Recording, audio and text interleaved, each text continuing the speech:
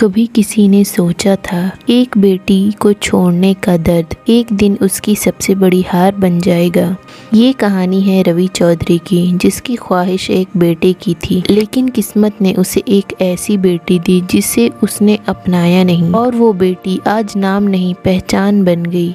पूरी कहानी सुनिए सिर्फ दास्ताने आलिया पर। किसी के नसीब में बेटी क्यों लिखी जाती है? रवि चौधरी की आंखों में यही सवाल हर वक्त तैरता था। घर के दरवाजे पर बैठे हुए वो रिश्तेदारों की आवाज़ें अब भी सुन सकता था। अरे चौधरी साहब, इस बार बेटा होना ही चाहिए, नहीं तो खानदान का नाम कौन बढ़ाएगा? रवि हंस देता था, पर अंदर से डरता था, क्योंकि उसकी भी चाहत एक बेटा था जिसे वो घोड़े पर बैठाकर बारात ले जाए, जिसे अपने खेत दिखाए और कहे, देख ये सब तेरा है। 2 साल बाद घर में जश्न का माहौल था। लक्ष्मी आई है, बेटी हुई है। सास के मुंह से निकला, लक्ष्मी नहीं विनाश। खानदान का नाम डुबा दिया। रवि मुस्कुराने की कोशिश करता, लेकिन हर बधाई के पीछे ताना छिपा था। चौधरी साहब कोई बात नहीं, अगली बार बेटा हो जाएगा। वो रात भर जागता और सोचता, क्यों नहीं हुआ बेटा, मैं क्या कमी कर बैठा। 3 साल बीते, दूसरी बार फिर वही ऑपरेशन थिएटर, फिर वही दुआएं।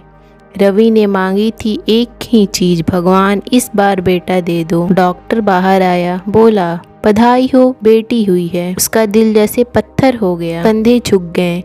रिश्तेदारों के ताने गूंजने लगे। अब तो चौधरी का नाम मिट गया। रवि ने बच्ची को देखा भी नहीं, बस बाहर जाकर सिगरेट सुलगाई और बोला, बस बहुत हुआ, अब और नहीं। उस रात उसने फैसला लिया, एक बेटी भी बोझ है तो 2 तो जानलेवा है। अगले दिन अस्पताल के बाहर एक बूढ़ी औरत के हाथों में उसने नवजात बच्ची रखी। माँ इसे अपने पास रख लो, मेरे पास इसे पालने का दम नहीं है। बूढ़ी ने पूछा, बेटा ये तेरी औलाद है, छोड़ कैसे सकता है? रवि ने मुंह फेर लिया, औलाद बेटा होता है, बेटी नहीं। उस पल से उसकी जिंदगी आगे बढ़ गई। उसने कभी पीछे मुड़कर नहीं देखा। 15 साल बाद रवि अब बड़ा आदमी था, महंगी गाड़ी, बड़ा घर, सब कुछ था, लेकिन उसके चेहरे पर अजीब सी खालीपन की लकीरें थीं।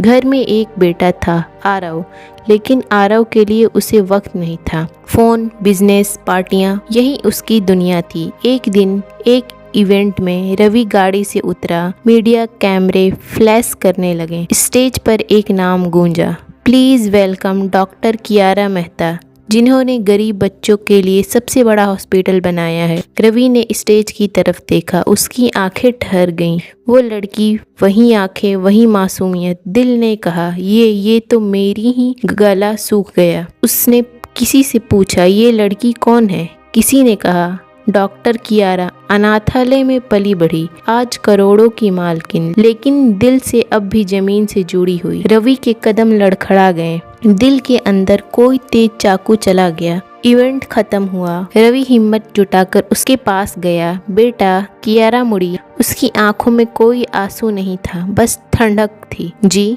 रवि बोला, मैं तेरा बाप हूँ। चारों तरफ सन्नाटा। कियारा ने बस उसे देखा, फिर मुस्कुरा दी। ओह बाप, माफ कीजिएगा सर, मेरे पापा तो कभी मुझे छोड़कर नहीं गए। रवि की आंखों में आंसू भर आए। बेटा एक मौका दे दे, मैंने गलती की। कियारा पास आई, उसके कंधे पर हाथ रखा और बोली, गलती नहीं, फैसला था ना, और सर फैसले बदले नहीं जाते। फिर वो पीछे मुड़ी और भीड़ में गुम हो गई।